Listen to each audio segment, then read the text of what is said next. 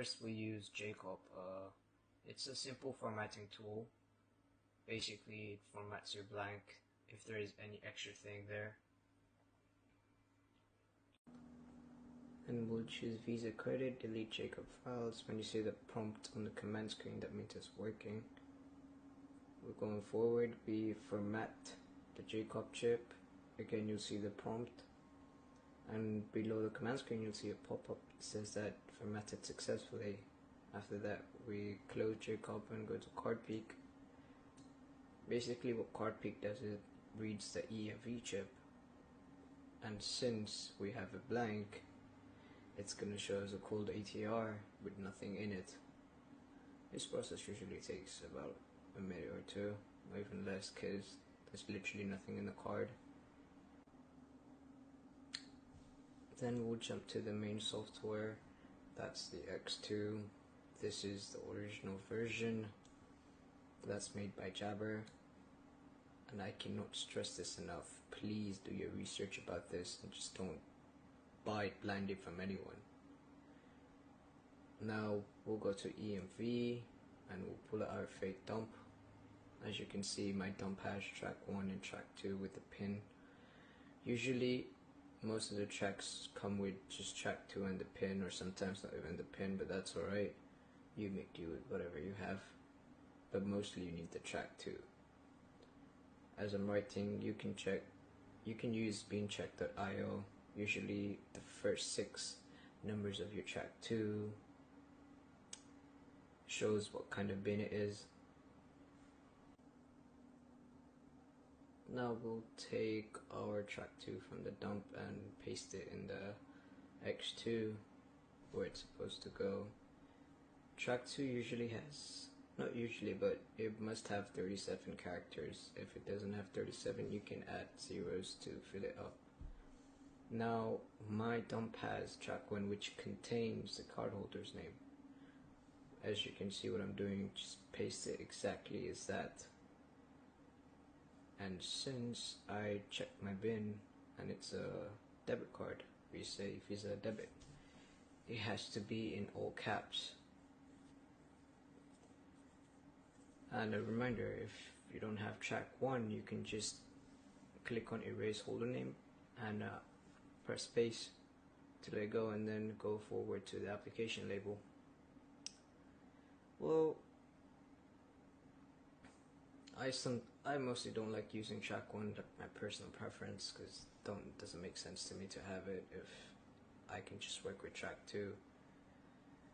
But I mean, it's your personal choice at the end of the day. Before you do that, you go to credit, click on Visa, because it's gonna self-apply a track 1.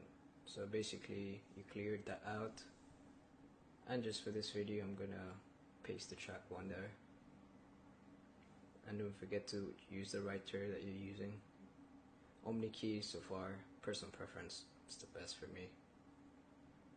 Now we'll move forward to the AID. Now every card has an AID. Visa card's AID is 310110. My bad.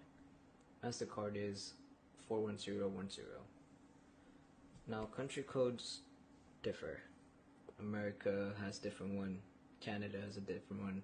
Since I'm in Canada, I use 0124. Currency is going to be the same as the country code. Now we'll move to the expiration date. When you get your dump, the first 4 numbers of track 2 after the equal sign is going to be your expiration date. So basically that's 2023 of February. Now the day is going to be how many days in February. That's 28, as I've written there. Effective date is going to be approximately 4 years before expiration date. So 2018 February, 28 days. We don't touch any of this for now. We'll go to IST generate. I won't get into much details about the IST, but just you need to know that it's basically the blueprint of a card. Your card will not work unless you don't have an IST. Here I used a card that I bought to generate the IST for that bin. Keep in mind the IST has to match the bin, otherwise it won't work. in your case, if you have a vendor that's giving you fresh dumps, he'll probably give you an IST, so you probably don't need to do all the steps that I'm doing right now. But if you get a bin number, if you get a bin of your dump that you have an IST for, a card for, just do what I'm trying to do here. Just make your own IST. And honestly, I prefer to make my own IST because it saves you a lot of effort. And I won't lie to you, there's so many people selling IST packs, and keep in mind, once you use the IST for that bin, it's gonna get burnt. I would say maximum usage twice, it's gonna get burnt. Then you have to make a new IST for that same bin. So yeah, if anyone sells you a pack of ISTs, most probably it's gonna be burnt. It may not work. I don't know. Personally, I don't use it.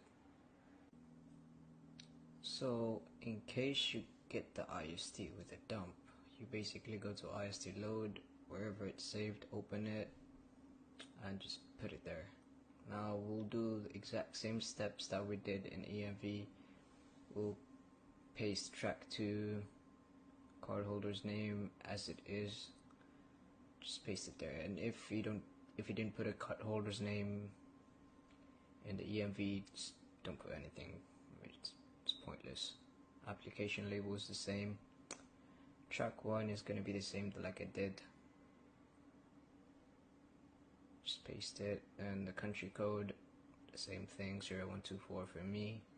Currency is going to be the same as the country code, 0124. Now the ARCQ token is what we're going to generate now using BP Tools, the crypto calculator. Basically, every card is going to have a different ARCQ token after you, let's say, cash out or just use it, right? So basically you go to EMV 4.2, and then you will see the PAN number in the second section. The PAN number is basically the first digits of your card, what's visible at the front of your debit or credit card. So you paste your PAN number there, and then click on the green lock once, go to the CSK, press the green lock again, then go to ARCQ, press the green lock again. The AC generated, that's what you get. That's your ARCQ token. And you just paste it there. I know many people have tutorials saying that you need all the three, but honestly, I personally just like using it one time. Now, I want you to go and double check everything. It should be, the IC load should match the EMV. If it matches, you can go to EMV and just press credit or wait for it to happen. After that's done, you can go to the IST load and burn your card.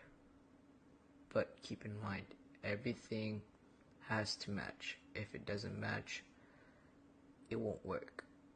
The best thing you're gonna get is, let's say it goes to an ATM, it's gonna read as a chip error. That's what you're gonna get. Believe me, I've learned all of this through experience, countless trial and errors. Now you go ahead and check your burnt card. If it's successfully burned like mine, you'll get this prompt. Once you see that, that's a good sign that the card burned very well. Now since this is a clone, it's gonna take some time. My time was about, I'd say 5 to 6 minutes for this to happen. So honestly, just need to wait and see. But I'll say this once: please do your own research before spending money and trusting people blindly. There's so many forums out there. You can literally go on the dark web and search whatever you want to, or you can just use a ClearNet to search whatever the fuck you want.